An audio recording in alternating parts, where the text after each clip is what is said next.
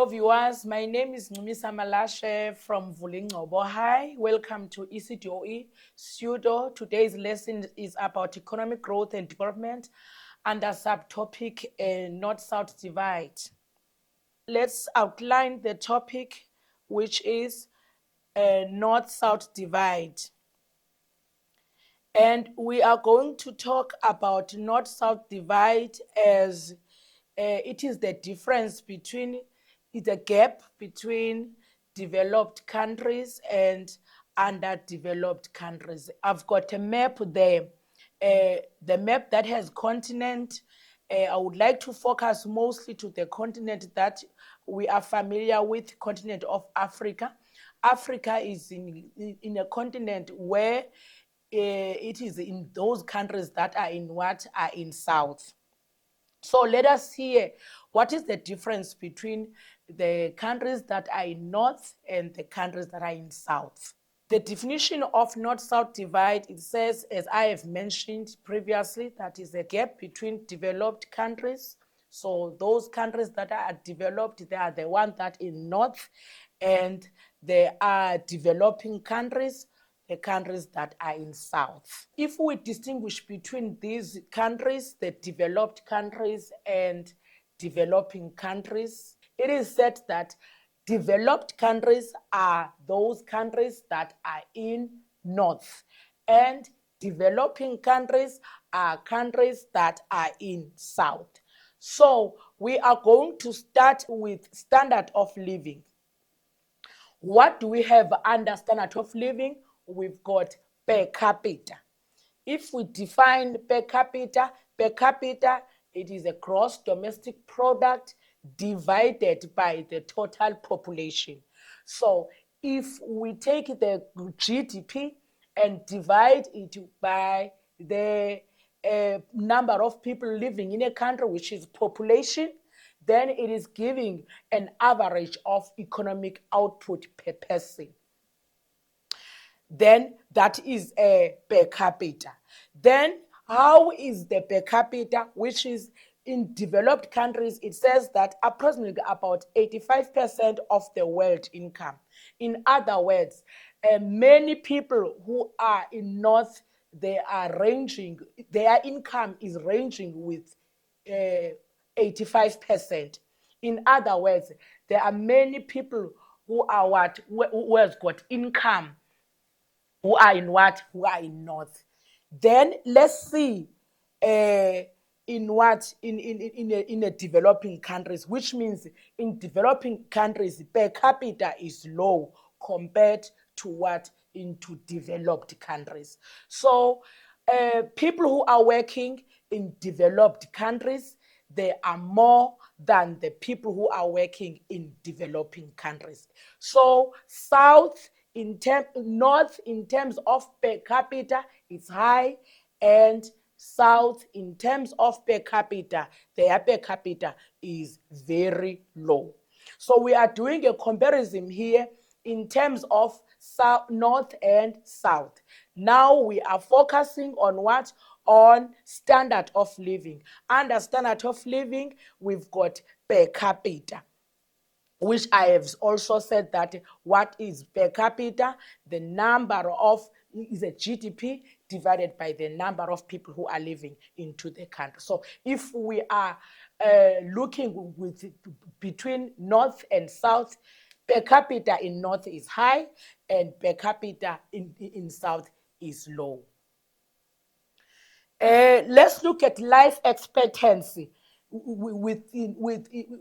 between these two countries, which are developing countries and developed countries. Then how is the life expectancy in terms of developing countries? It says that life expectancy in developing countries is lower due to factors such as malnutrition and diseases. So in countries that are in South, it says that they don't live longer because of malnutrition.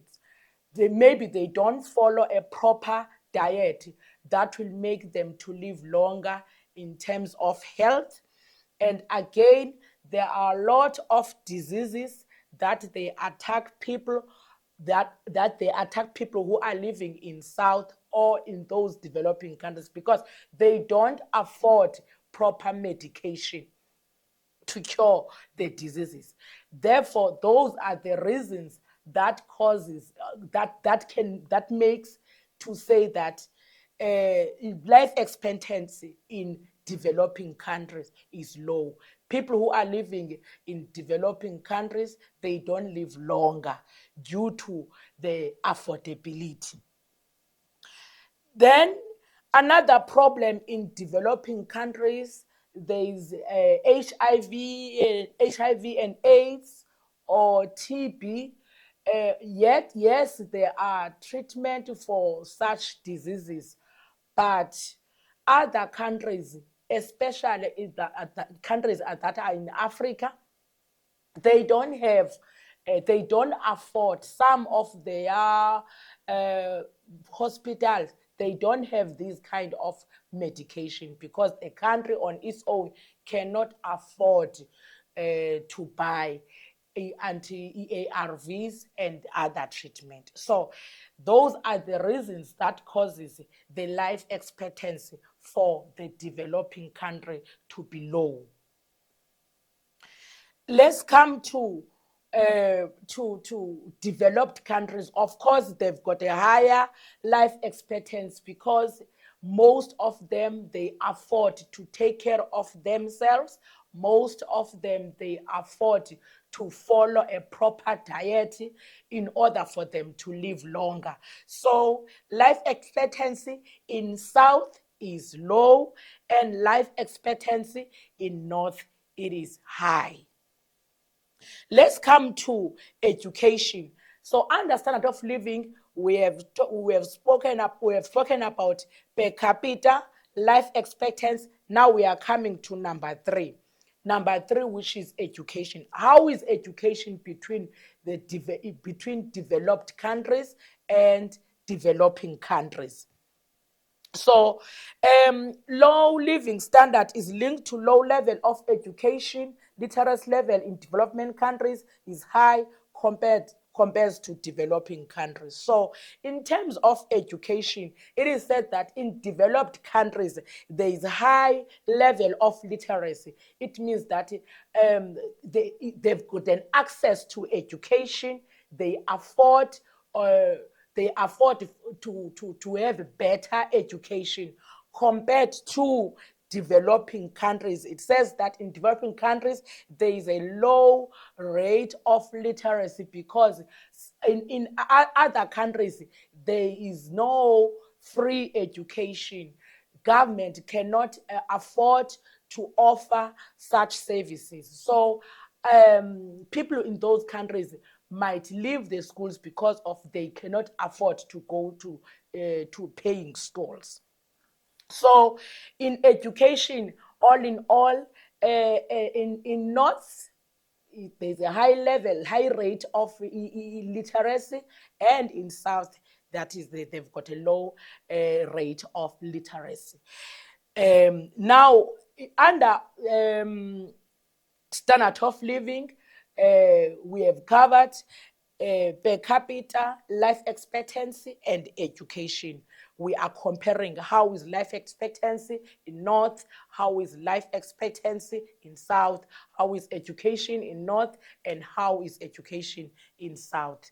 Then there is globalization. If we can define globalization, it is an interaction of countries with the main aim to trade.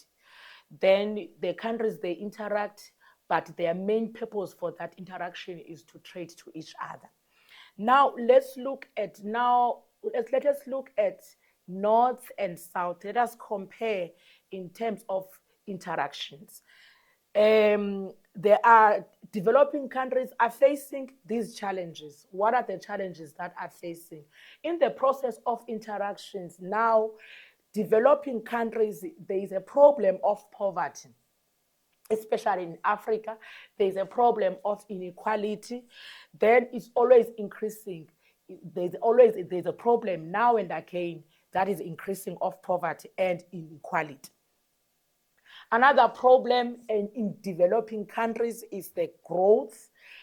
most of developing countries, they struggle to attract foreign direct investment.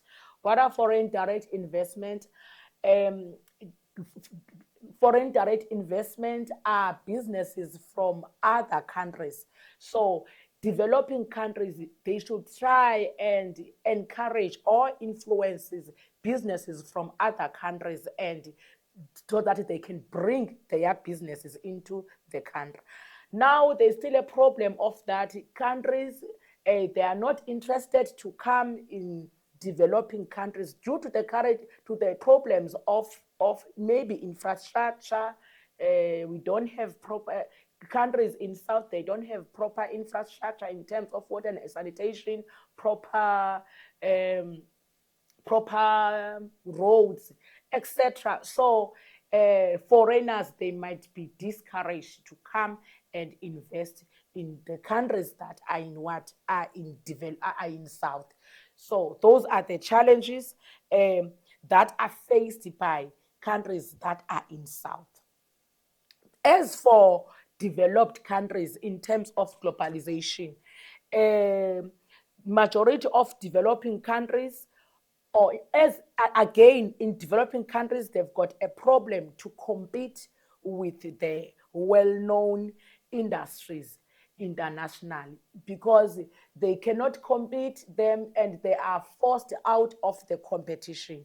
So globalization, developing countries, they are struggling. There is poverty, there is inequality, they are unable to attract the investors so that the economy can grow, and also they cannot compete with the well-known markets or well-known industries. Now, as for developed countries, it is easy for them because they are well resourced. They don't rely from countries that are in South in order for them to have an economic growth and economic development. Um, Hence, it says developed countries succeeding in trade due to their comparative and absolute advantage. So they take advantage of whatever resources they have in order to produce more, and also they compare the cost they compare the cost before they produce the product. If ever the costs are less, then they continue to produce the product. So they are successful in terms of trade because they take advantage of comparative and absolute advantage. Let's look at the environment. We are going to compare the environment and the impact that is done by North or South, or that is done by developing countries and developed countries. Developed countries are mostly industrialized economies. They can be responsible for damaging ozone layer. So in North, mostly they are producing goods and services. They are strong in terms of manufacturing of goods and services. They've got many factories, and it can pollute the environment. It can be air pollution, water pollution, land pollution. The economic activities that are done in North, they can damage the ozone layer. Therefore, countries that are in North, they've got a negative impact in what? In environment. They are polluting the environment. They are polluting the environment. They are damaging the environment. Then it can be a what now? It can result to a global warming. So whatever activities that they are doing, it can result to what? To a global warming. And then um, as for developing countries, have economies that are based on primary production, so they don't have that negative impact on environment because their economy is based on primary production, extracting raw material from what? From nature. Developing countries are mostly affected by global warming. So even if they are not participating much on polluting or on damaging the environment, but either way, they get affected by what? By global warming. So in terms of North and South, North is mostly impacting negative the environment, which is they've got a bad influence in terms of polluting the environment. As for countries which are in South, at least because they are solely based, or mostly based in primary production. So there is not that they don't have that negative impact in our environment. Um, let's go to the sustainability. Then sustainability, the pattern of development that permits future generation to live as well as the current. So yes, the sustainability is something that we should maintain, something that we are using so that the next generation can benefit from it. Um, in developed countries, do they sustain what they are using in order for it to be used by the next generation? And then in developing countries, do they sustain what they are using in order to be used by the next generation? So we are going to compare what is happening in North in terms of sustaining the resources that they are using, and what is happening in South. Do they maintain the resources in order to be used by the next generation? Then it says that practice used by developed countries are more in favor of sustainable development. So in other words, developed countries, they are able, resources that they are using, they are able they can stay in order to be used by the next generation. But in developing countries, it says that whatever resources that they are using, it cannot stay for longer. It cannot benefit for future generation. So in terms of sustainability, countries that are not, yes, they sustain resources that can be used by the next generation. And then countries that are in North, which is developing countries, they cannot do that. Is sustainability. So that was North-South divide.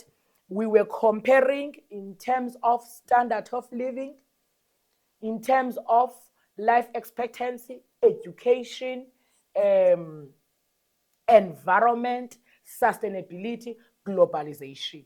So you could see, Lena, that countries that are in North are superior than the countries that are in what? That are in South, in most of everything. Countries that are in North, they are always a step ahead of countries that are in what? That are in South. Hence, it says those countries, they are developed. And then those ones that are in South, they are still developing. So it is clear. Let's go uh, to industrial development, which is also under economic growth and economic development. Remember, in economic growth, it has got subtopics. Economic growth and economic development, you've learned about the economic growth, which is demand side approach and supply side approach. And then we continued to the policies made by the government, and then it was the North-South divide. Now we come to the industrial development in South Africa.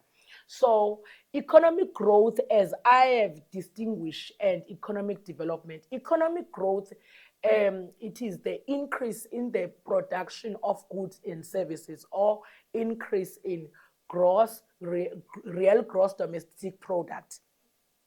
So it is not always about using fiscal policy and monetary policy, and or RTP Gia and Asgisa only. Government he has got another initiatives in order to develop the economy or to increase the economic growth, which is industries. Now, he make use of industries. If we can define industries, industries are the group of firms uh, which are producing same or similar product. Now, in terms of increasing economic growth and economic development, you must make use of industries. Then you must develop the industries. That is why it said industrial development in South Africa. So, what are the reasons for the industries to be developed? Why is it necessary for the industries to be developed? One, it maintains microeconomic stability. So, if we've got industries in South Africa, we will be able to operate or to trade globally. We'll have an open economy where it is going to include foreign sector. So involving the industry, it doesn't mean that industries should operate only for South Africans. They should operate in order to explore or to export goods in other countries. Hence, we are saying it maintain microeconomic stability. And then we are coming to the second reason, which is establish large scale manufacturing, agriculture, mining, and service production. So we want to see the industries where there's going to be an increase in manufacturing in secondary sector, where manufacturing, it is a process of raw material into finished goods. So we want to see the industries that are specializing on manufacturing. We don't want to buy finished goods. Goods must be produced, goods must be processed within our own industries. If we are doing that, which means we are creating jobs that are going to be created. There's going to be an increase in what? In job opportunities, because goods are produced within the country, which is manufacturing. Agricultural products and mining. We, as South Africa, to be specific, because the heading says industrial development in South Africa. As South Africa, we are richly blessed with minerals. Minerals, they are from the nature. Then minerals, therefore mining, it must be developed in such a way that it can expand and create jobs as well.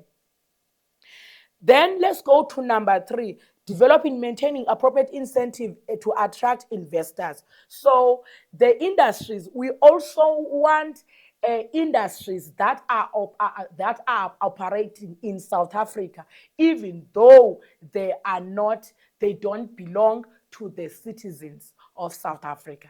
Hence, we have to attract the foreigners, so that they can invest into our economy by opening the industry in our country. That is what is said by attract investors.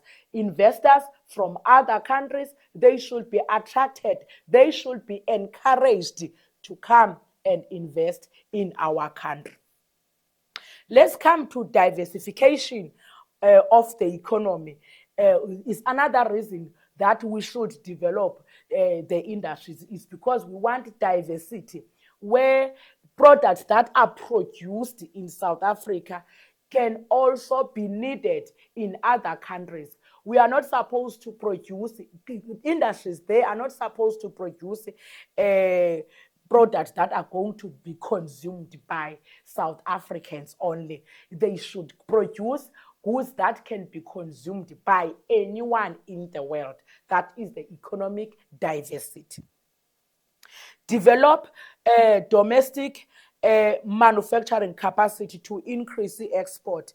Yes, these industries, they should develop the machines that are going to produce goods in a large scale, or they should Um, let's go to the another reason, develop domestic manufacturing capacity to increase export.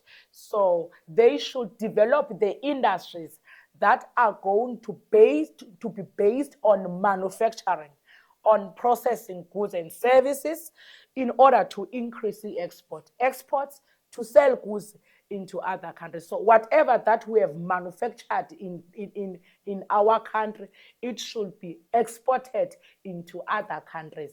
When we export goods to other countries, it means that money is coming into our country, which is, if ever we've got cash inflow, is something that is good for the economy of that particular country.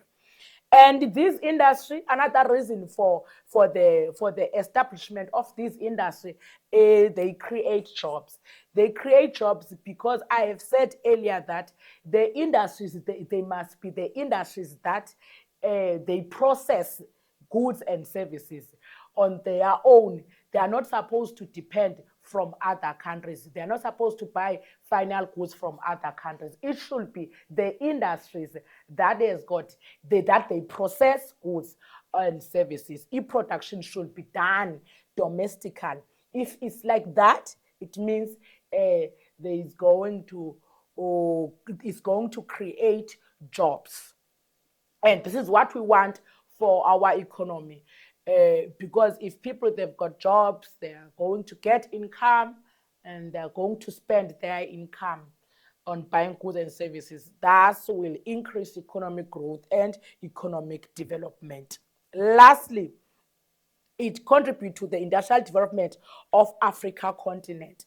If ever we as South Africa, we are developing the industries, it means even the continent of Africa, it is going to even the continent here in Africa, other neighboring countries, they are going to benefit. So we should develop more industry so that our neighboring countries can also benefit from the products that are produced within the continent, rather than to import goods from other continents that are very far, which is going to be costly.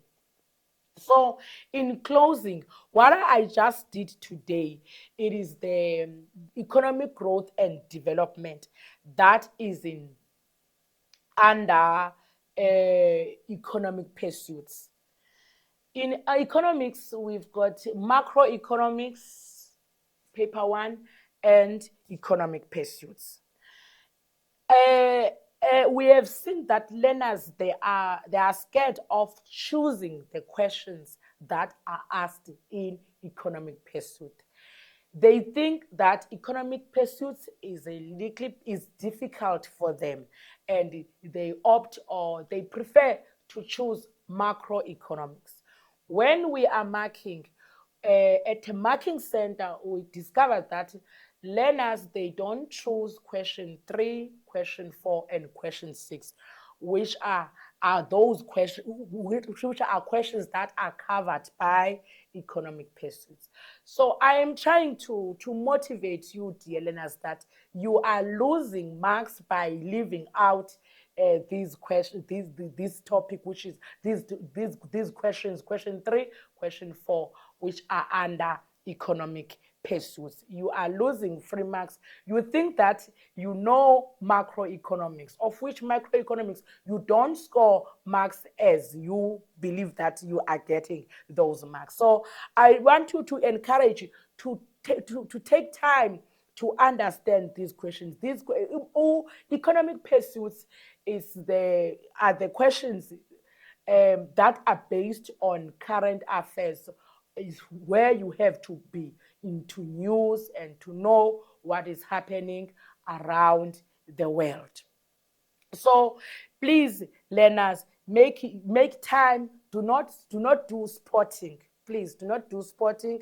Make it a point that you also prepare economic pursuits, and we are going to dwell more in another chapters that are under economic what economic pursuit. So in closure, we would love to see a number of learners choosing question 3, question 4, and question 5. I'm telling you, you are going to get marks. Prepare for this economic pursuit. Make it a point when we are revising, you don't leave these chapters. We have come to the end of our lesson. You can leave questions on the comments. Don't forget to leave the name of your school so we can shout out. Please share, recommend, and subscribe to our YouTube channel. Thank you for watching. See you on our next lesson.